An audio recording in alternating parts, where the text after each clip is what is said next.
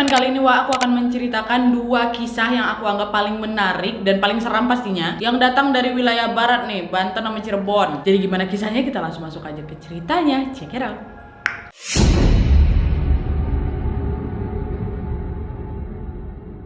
Oke, jadi kisah pertama ini datang dari aku namanya Kak Hana. Pengalaman tidak terlupakan Kak Hana ini bermula di tahun 2019 awal, dimana ketika itu Hana ini masih kuliah, lagi KKN lah gitu, kuliah kerja nyata atau kuliah kerja mahasiswa di daerah Banten. Nah, teman sekelompok KKN-nya si Hana ini ada 15 orang. Nah, di antaranya aku nggak nyebutin semuanya nih karena juga nggak disebutin sama si Hana, yaitu Hana, Nina, Vika, Vira, Ilyas, Yopi, Han sama Randi. Randi ini ketua kelompok mereka sampai apa lagu. Nah, sehari sebelum melaju ke tempat KKN, mereka ini semua mau ngecek ke posko dulu nih, sekalian mau bersih-bersih, supaya nanti di hari H mereka tinggal di sana ya udah langsung siap-siap lah gitu, langsung geletak lah gitu istilahnya kan. Nah, mengenai gimana sih bentuk poskonya kan, posko KKN-nya Hana ini bisa dibilang rumahnya bagus, luas terus besar lagi. Dan di rumah itu ada 2 kamar mandi, ada dapur, terus ada 3 kamar, Nah, menurut kesepakatan kelompok nih, 1 kamar itu nanti untuk drop barang mereka. Nah, 1 kamar yang lainnya untuk cewek-cewek aja dalamnya. Nah, kamar yang ketiga ini nggak dipakai karena udah terkunci dari sananya. Yang punya rumah nggak ngasih kunci kamar itu, mungkin ada alasannya, nanti aku ceritain. Dan mereka ber-15 itu tinggallah di rumah itu, Nah, di minggu pertama masih aman-aman aja nih, belum ada gangguan lah gitu. Meski memang selama 3 hari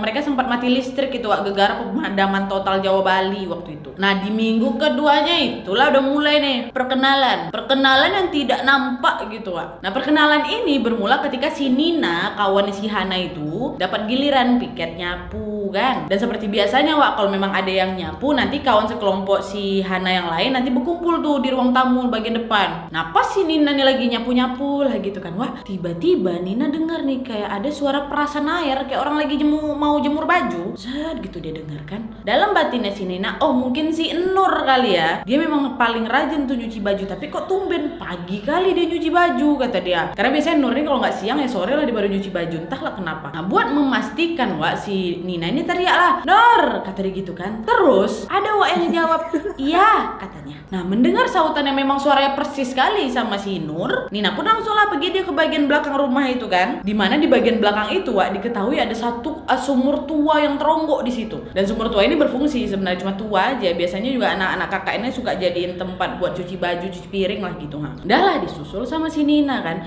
Pas Nina nengok ke belakang, nggak ada siapa-siapa. Nggak ada. Dan bahkan ya, nggak ada bekas ember, nggak ada rembesan air atau baju yang basah yang mau dijemur tuh, kan soalnya dia dengar suara perasan kan, nggak ada, kering. Nah, Nina nengok di belakang tuh nggak ada siapa-siapa, terdiam lah dia. Loh, kok bisa ya? Tadi tuh aku dengar dengan jelas sekali loh ada suara perasan air. Ini nggak ada satu tetes pun air di bawah sini. Ngomong dia dalam hati itu kan, Nah, nggak lama kemudian tiba-tiba baru tuh terdengar suara Nur yang asli lagi ngoceh di depan rumah. Nah, mendengar suara ocehan si Nur, ya Nina langsung kaget, loh, berarti tadi siapa yang nyautin aku? Karena Nina ini yakin kali kalau suara itu suara Nur ada di belakang rumah. Rumah tuh besar, ya bagian depannya di sana, jauh kali dari belakang rumah itu. Jadi nggak mungkin Nur bisa juga terdengar suara siapa Nina. Akhirnya tanpa pikir panjang dibuangnya sapu sama Nina, pergilah dia ke depan kan, nyamperin si Nur. "Nur, tadi kok ada teriak bilang iya?" "Loh, nggak ada. Semua kawan-kawan yang nunggu ruang tamu nggak ada yang dengar si Nur bilang iya. Suara aku manggil kami aja kami nggak dengar," kata dia. Nah, setelah kejadian inilah, kejadian si Nina ini ya, kata mereka teror kayak gini ya udah terus-menerus terjadi di rumah itu. Mulai dari waktu dengar suara alat makan kayak sendok, garpu gitu di belakang. Nggak itu aja, alat-alat masaknya juga kayak kuali apa semua tuh pada kayak beradu-beradu gitulah, berisik. Itu mereka alami tiap malamnya, berturut-turut. Tapi yang kayak gini belum terlalu parah, karena ada kejadian parahnya yang bermula ketika si Hana ini mendadak dia pergi izin nih mau balik ke rumahnya bentar gitu. Nah, waktu itu di posko personilnya lengkap lah itu kecuali Hana kan balik bentar tuh. Nah, pada saat si Hana balik itu, adalah itu kan satu kawannya si Hana namanya Yopi kan. Dia lagi tidur nih di sofa. Laki-laki tidur di luar semua kan. Waktu lagi tidur tiba-tiba dia kebangun tengah malam. Tahu tuh alasannya kenapa, yang penting si Yopi ini mendadak kebangun lah gitu. Tiba-tiba Yopi melihat ada sosok hitam yang tinggi setinggi-tingginya atap rumah tuh, nongol depan muka. Nah, Yopi yang mungkin saking ketakutannya yang ngelihat sosok itulah pasti dia sama kayak membatu gitu, nggak bisa gerak, nggak bisa teriak, nggak bisa ngomong. Yopi waktu itu berusaha kali lah gerakin tangannya untuk bisa membangunkan kawan yang ada di sebelah si Ilyas. Tapi si Ilyas ini kebawa nggak bangun-bangun, Wak. Lalu entah gimana caranya, entah mungkin ditapuk sama kawannya atau mungkin dia berdoa kali ya. Akhirnya barulah si Ilyas ini bisa bangun. Nah, biar kalian tahu, waktu si Ilyas itu bangun, Wak. Ilyas ya, bukan si Yopi. Bukan keadaannya makin membaik, bukan. Ternyata, Wak, si Ilyas pun nengok si yang gede tinggi besar itu, yang lagi nongol depan muka Yopi tadi tuh, Wak. Dia nengok juga. Disitulah si Ilyas langsung juga nggak bisa ngomong apa-apa. Dia shock. Dia nengok kawannya membatu, berdua sama-sama membatu. Mereka cuma bisa tatap-tatapan sambil ngeliatin si sosok hitam itu. Kalian pikirlah, nggak sendiri, berdua. Dan pasca kejadian Yopi sama Ilyas itu, Wak, barulah semua berembuk satu kelompok memutuskan untuk saling menjaga satu sama lain. Dan mereka juga memutuskan kalau nanti pintu kamar tidur cewek harus dibuka ya ketika menjelang tidur, jangan ditutup. Dan gak beberapa lama setelah komitmen atau kesepakatan mereka tua berubah, tidak meredah, tidak terjadi lagi kejadian seram ke si Hananya, ke Hananya sendiri tuh. Dan lagi-lagi awalnya Gegara kebangun tengah malam. Jadi Wak, ceritanya Hana nih yaitu kebangun di sekitar jam 3 pagi, kalian pikir. Nah, ketika dia kebangun ini tiba-tiba dia mendengar ada suara anak kecil, Wak, yang lagi lari-larian di ruang tamu. Nah, mendengar suara itu Hana tanggapannya agak cuek tuh, Wak. Dia nggak mau ambil pusing kan, ngantuk kan, dia pergi lagi nih balik tedok. Nah, di pagi harinya Hana ceritalah sama kawannya namanya Vika kan, "Weh, Wak, tadi malam aku ada denger loh suara anak kecil main-main berlarian di ruang tamu." Diceritakan lah itu kan panjang lebar kan, Wak. Nah, ekspresi si Vika ini macam, "Hah? Serius kau?" "Iya, ngapa?" katanya. "Vika, biar kau tahu," kata Vika ya, "aku juga dengar, Wak, ada suara anak kecil di ruang tamu. Aku pun takut ngecek ya. Aku bahaya posisi tidur aku membelakangi suara itu." Katanya kan pintu terbuka tuh kan. "Tapi waktu aku balikin, Wak, masih juga terdengar suara anak kecil itu main-main tuh kau," kata si Vika. Nah, sesaat setelah orang berdua ini ngobrol, Vika sama si Hana, datang lagi kawan yang lain namanya si Vira nih. Datang lah kan di sela-sela pembicaraan mereka berdua itu. Hana Vika cerita juga lah kan sama si Vira, "Weh, tadi malam kami dengar berdua ini gitu." Nah, Vira baru ngecun sesuatu. "Weh, kalian tahu nggak? Jam 3 kan kalian ngalamin itu. Biar kalian tahu, jam 2 malamnya aku sempat dengar, Wak, ada suara gembok pagar bunyi kayak dimainin sama anak kecil," kata dia. Itu kata si Vira kan, ini agak nyambung nih, obat gangguan malam itu mereka sama anak kecil. Datang lagi kawan dia yang lain, siapa namanya, pokoknya anak cowok lah ya. Didengar lah cerita Vika, Vira sama si Hana ini kan, kalau mereka dengar suara anak kecil, ada gangguan-gangguan anak kecil. Dan si anak cowok ini bilang, "Kalian tahu waktu sesaat setelah kalian tidur, cewek-cewek udah nggak ada lagi suaranya nih, anak-anak cowok ini mereka melihat sesuatu di lubang kunci pintu kamar yang dikunci, kamar nomor 3. Tadi kan ada 2 kamar, 1 dikunci kan. Nah, pintunya itu mungkin nggak ada yang ininya, ceklekan pintunya nggak ada, jadi kayak bolong gitu ya, kayak bolongan bolongan pintu untuk taruhin ceklekan pintu, kalian ngerti kan? Itu kan bolong tuh. Nah, waktu mereka perhatiin dengan jelas, Wak, si cowok-cowok ini, mereka bilang, nggak cuma satu orang ya, mereka bilang ada kayak mata yang ngintipin mereka dari balik lubang pintu itu. Nah, mata yang ngintip ini bukan kayak mata orang biasa, bukan, tapi bola matanya merah semua. Yang nengok bukan cuma aku, ada lagi kawan yang lain. Malam itu diteror, berapa orang diteror? Banyak kan. Nah, karena perkara ini nih ya, karena perkara nengok mata dekat lubang pintu itu, semua lubang pintu kecuali kamar cewek-cewek kayak disumpalin sama karton gitulah sama kawan-kawannya Hana. Takut nanti ngintip lagi. Dan selain itu juga Hana menceritakan kalau setelah kejadian aneh-aneh yang dialami sama Hana dan beberapa kawan-kawan kelompok lainnya itu, mereka ngadu lah kan ke pengurus rumah. "Bu, ini kenapa ya rumahnya ada gini diceritain lah kan." Nah, si pengurus rumah ini, Wak, sebenarnya kayak udah kasih peringatan gitu sama anak-anak kelompok KKN ini, yang seharusnya mereka ini ya harus agak peka lah dikit. "Ini kalian biasanya mandi jam berapa?" kata si pengurus kan. "Ya kami mandi ya sesuka kami mandi, Bu," katanya. Jangan dibiasakan kayak gitu. Harusnya kalian udah tahu lah peraturan kayak gini di mana-mana kan. Kalau mau mandi jangan di atas waktu maghrib. Ternyata itulah pantangannya mungkin. Kalau mungkin ya kata si pengurus ini, makanya kalian diganggu. Tapi ada lagi jawaban yang lain, nanti aku ceritain dikit lagi. Dan akhirnya dengan beberapa kejadian horor yang mereka alami ini, Wak, Hana sama kawan-kawannya sampai sepakat nih untuk pergi keluar posko mereka atau rumah mereka itu dari maghrib sampai jam 12 malam. Supaya apa? Supaya nanti pas nyampe di rumah mereka udah bisa langsung tidur gitu loh, saking nggak mau menghabiskan waktu di posko itu. Berakhir setelah ngomong ke pengurus? Belum, masih ada lagi, Wak, nih ya. Di suatu waktu ada kejadian yang lagi-lagi Hana lagi nih yang rasain, yaitu ketika si kawan-kawan cowoknya, ada 7 orang cowok deh kalau nggak salah kan, 15 orang kan, mereka pergi nih tahlilan ke rumah tetangga yang memang baru meninggal gitu. Nah, pada saat itu Hans nggak ikut berangkat, mungkin karena non muslim lah kan, jadi dia di rumah aja tuh sama cewek-cewek lainnya. Nah, Hana waktu itu memang lagi di ruang tengah sama sama si Han, dia menujulah ke dapur. Tapi entah kenapa Wak, tiba-tiba si Hana ini ngerasa kalau dari sudut matanya dia melihat ada sosok laki-laki Wak, yang kayak sedang berbisik ke telinganya dan dengan suara yang sangat jelas. Ya mungkin aja kita berpikirnya oh itu Hans sekali gitu kan. Tapi Wak, si Hans ini putih dan sosok laki-laki yang berbisik di telinganya si Hana itu hitam legam, hitam kayak berbisik gitu waktu dia jalan tuh Wak. Tapi entah kenapa waktu itu si Hana masih berpikir positif aja. Kenapa aku merinding tiba-tiba ya?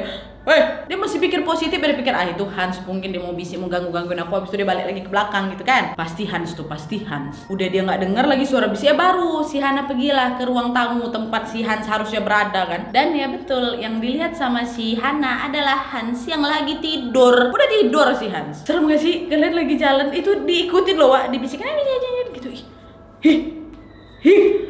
Astagfirullah. Terus Wak, kejadian demi kejadian mereka alami semakin parah. Bukan mereda, makin parah. Sampai akhirnya nih Wak ya, Hana sama kawan-kawan dia yang lain itu nego lah dia ke dosen pembimbing Wak untuk dipulangkan lebih awal. Dan untungnya dosen ini ngerti pula kan dengan apa yang dirasakan sama mahasiswanya. Akhirnya dosennya mengizinkan mereka pulang 10 hari lebih awal dibanding kelompok-kelompok yang lain. Dah balik ke rumah masing-masing. Sampai akhirnya setelah sekian lama mereka udah gak berjumpa, Hana sama kawan-kawan KKN yang lain ini pun kayak bikin reunian lah gitu kan. Dan mereka pun memutuskan untuk memilih liburan ke Lembang. Dan sesaat mereka sampai di Lembang itu Wak, ya udah mereka ngobrol-ngobrol, cerita-cerita, dan di sela-sela obrolan itulah Wak, baru nih kan reunian pasti cerita horor soal KKN itulah kan. Baru mulai ada semacam pengakuan dari si ketua kelompok KKN mereka yang namanya Randi tadi tuh Wak. Dimana Randi ini mengaku kalau aku nih sebenarnya tahu apa yang sebenarnya terjadi di rumah itu. Apa? Nah ternyata Wak, kamar yang terkunci itu adalah kamar bekas pesugihan. Katanya yang jadi tumbal di pesugihan itu adalah bayi Wak. Nah makanya kalau misalnya disangkut pautin lagi nih sama semua kejadian yang dialami Hana sama kawan-kawannya, kayak terkonek aja tuh semuanya. Kalau ini ada hubungannya lah gitu dengan korban yang ditumbalin itu. Kan ya suara anak-anak kan main-main. Dan bahkan Wak, warga sekitar aja bilang kalau rumah atau posko yang mereka tinggalin itu adalah tempat yang paling terkenal angker sewilayah itu. Dan dengar-dengar juga kalau di pohon pisang dekat sumur belakang rumah orang itu ada lontong putih, moncong.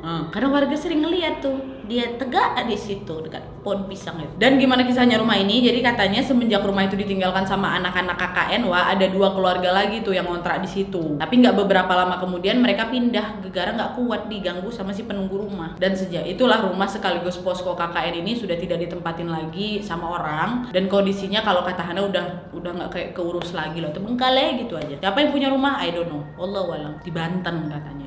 Nah itu jadi ceritanya. Karena memang pengalaman KKN itu memang nggak ada habisnya, Wak ya. Aku aja dulu ada, tapi bukan aku yang ngalamin, kon aku. Kalau kalian juga mungkin ada cerita horor KKN yang lain yang tidak kalah menyeramkan seperti punya Kak Ana, bisa komen di bawah, Wak. Kita lanjut cerita terakhir aja lah. Bye.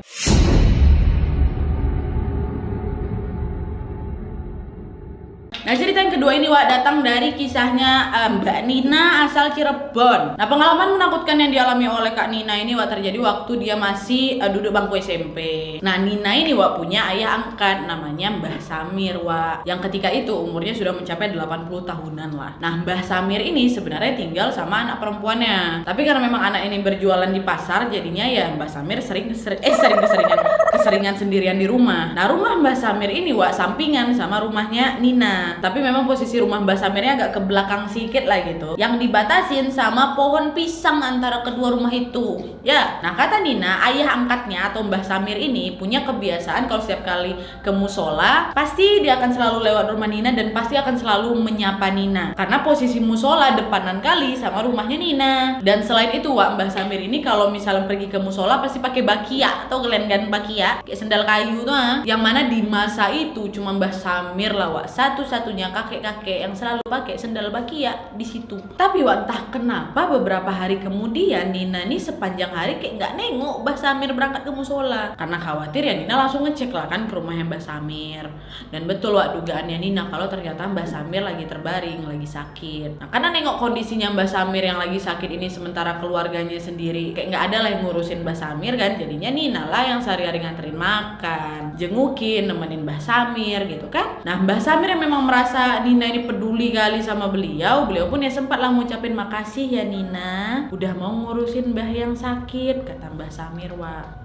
Nah ternyata ucapan itu adalah ucapan terakhir yang dilontarkan dari mulut Mbah Samir, karena 3 hari setelahnya Mbah Samir meninggal dunia tepat di hari Jumat jam 3 sore. Nah Nina yang mendengarkan kabar itu sempat kaget, loh masa sih Mbah Samir meninggal? Karena terakhir kali Nina ketemu Mbah Samir tuh kondisinya makin membaik, malah sempat bercanda-bercanda sama si Nina. Tapi udahlah, namanya takdir kan, meninggal Mbah Samir. Nah di malam harinya pas yang Mbah Samir meninggal, di malam harinya Nina bantu-bantulah cara tahlilan kan, dan selesai sekitar jam 8 malam Nah terus tepat di jam itulah ya teror yang dialami Mbak Nina ini dimulai. Dimana nih, hampir kalian tahu, setiap jam 8 malam sampai jam 9 malam Nina selalu mendengar suara orang lagi jalan di samping kamarnya, tapi suara itu seperti hentakan kaki seseorang yang pakai bakiak, letak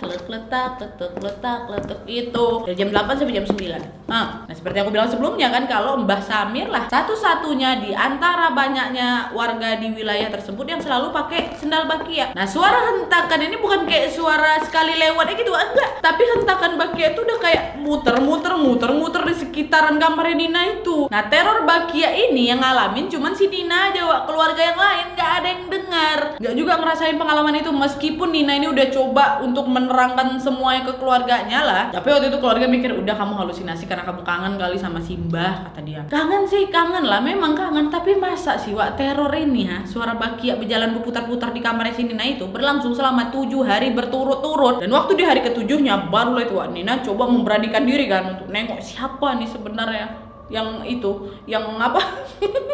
yang buat suara bakia itu kan, siapa tahu diisengin gitu kan. Betul Nina mulailah itu ngintip dikit nih dari jendela kamar dia kan. Nah intipan pertama dia nggak nengok apa-apa kosong aja gitu belakang. Tutup lagi hordennya kan, mau balik lagi nih duduk di kasur apa mau tiduran gitu ya, baru gue jalan tiba-tiba suara bakia tuh terdengar lagi kletak gitu. Dan suara yang kedua ini lebih keras lagi.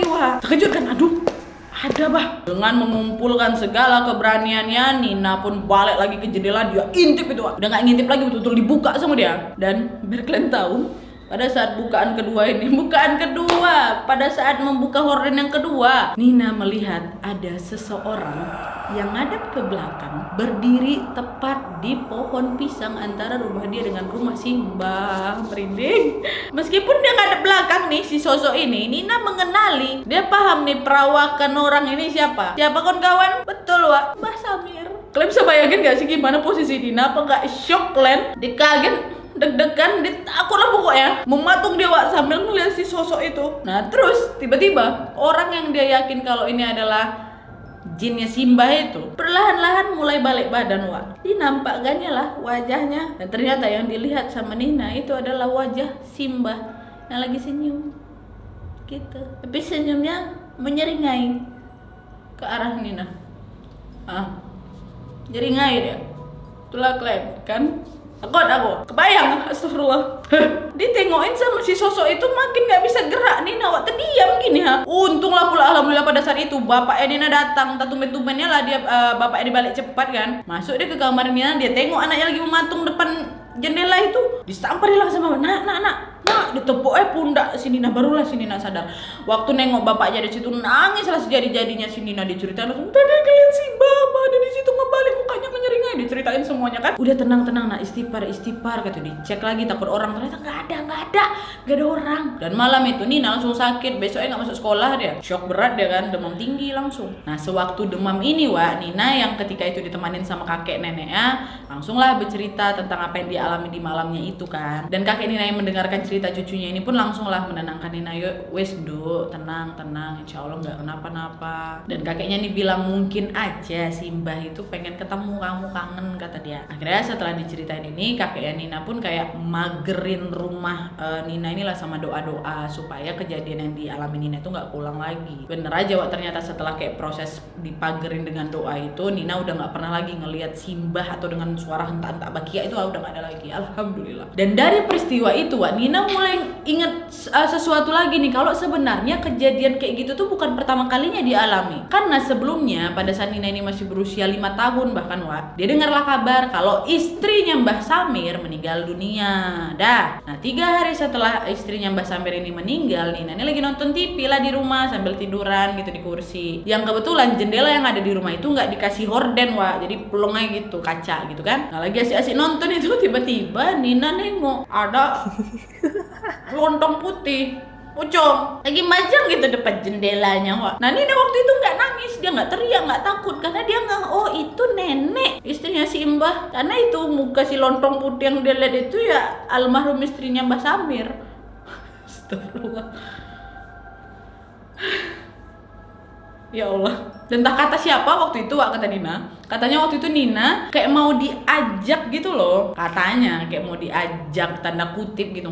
Dan biar kalian tahu juga keberadaan si lontong putih itu nggak cuma saat itu aja. 3 hari berturut-turut dia bertengge di situ, Wak. Nah setelah kejadian si Nina kecil ini, kakek ya itu kasih lagi lah, atau dipagerin lagi lah sama doa di depan rumahnya. Dan setelah itu baru teror lontong putih itu udah nggak ada lagi si Mbah. Tapi aku rasa ya, ini menurut aku sih, orang meninggal ya meninggal nggak sih, Wak? Even misalnya Nina waktu itu ngelihat ada si Mbah Samir, istri si Mbah tuh kayak jin nggak sih? Ya nggak sih? Meninggal ya udah meninggal, nggak bakal balik lagi. Tapi keyakinan masing-masing. Ada juga yang bilang katanya kalau misalnya 40 hari jenazah tuh rohnya masih ada di rumah gitu. Tapi kalau aku sih meyakini yang sudah meninggal ya meninggal. Kalaupun ada wujud yang ditampakkan sama dengan orang yang sudah meninggal, kayaknya tuh jin.